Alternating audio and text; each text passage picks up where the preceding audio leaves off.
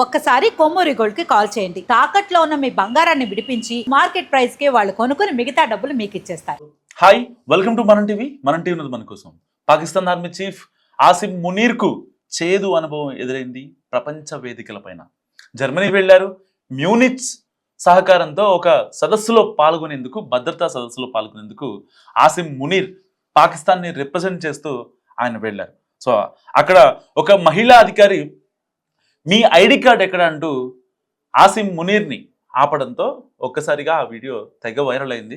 So మీ ID card చూపించండి, లోపలికి వెళ్ళండి అంటూ ఆవిడ చెప్పడంతో ఒక్కసారిగా ఆసిమ్ మునీర్ కంగు తిన్నాడు.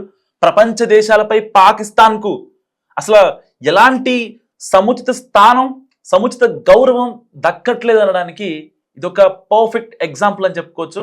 దీనికి సంబంధించి పాకిస్తాన్ మాజీ సైనికాధికారి ఒక రజా అనే ఒక అతను స్పందించారు. చాలా డిఫరెంట్గా స్పందించారు.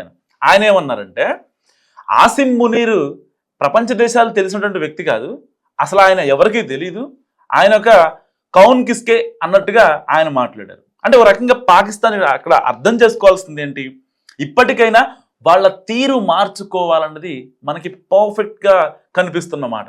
ఎంతవరకు భారతదేశం మీద పడి ఏడటం తప్ప పాకిస్తాన్ వాళ్ళకి ఏం తెలుసు?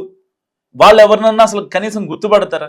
మన మోదీ గారు మన దేశం నుంచి ఎవరన్నా విదేశాంగ ప్రతినిధులు పొరుగు దేశాలకు వెళ్ళినప్పుడు ప్రపంచ వేదికలపై మాట్లాడటానికి అసలు అక్కడ ఉన్న వాళ్ళు రిప్రజెంటేటివ్స్ ఎవరైతే ఉంటారో చాలా మంచి గౌరవం ఇస్తారు, వాళ్ళు మాట్లాడేందుకు వీలు కల్పిస్తారు.